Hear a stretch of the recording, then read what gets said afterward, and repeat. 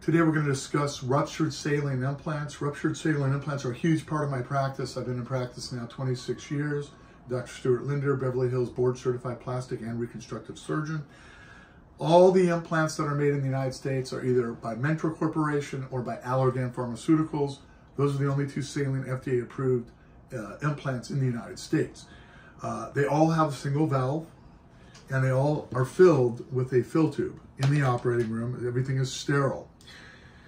It is not uncommon for me to have patients every week coming in with ruptured saline implants. They're going to leak through one of two areas. It's either through the valve here, which becomes bidirectional, and the fluid leaks through the valve, where it's no longer competent, or they're going to leak through a crease crack along the shell, where they develop a crease crack failure, and it leaks through the edge of the bag. That can be from wear and tear.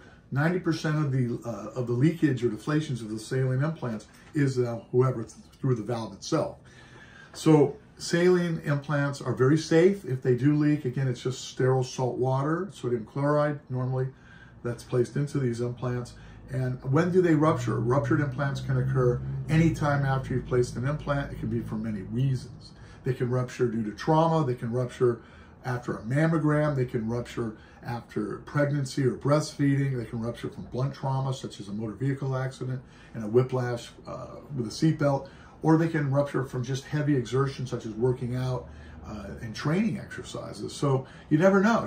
Women wake up and the next morning one of their implants is gone, and it's very obvious to tell.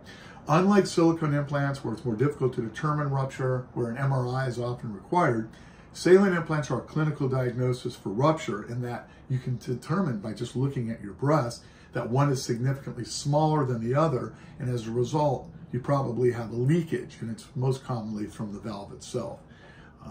Saline implants, how long do they last? 10 to 12 years is considered the average, but that, some women last 25 years in my practice, some last 3 or 4 years. You just don't know when an implant is going to break or the implant's going to deflate.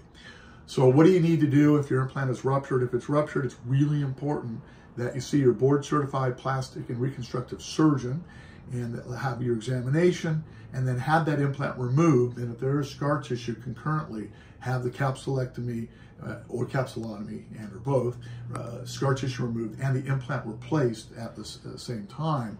When do you do it? I would do it as soon as you're able to. It's important not to leave a ruptured implant in for a long time, as the pocket will start to contract and close upon itself, making it more difficult to get scar tissue removed and to get the shape to a normal shape as it was before the rupture. Thank you.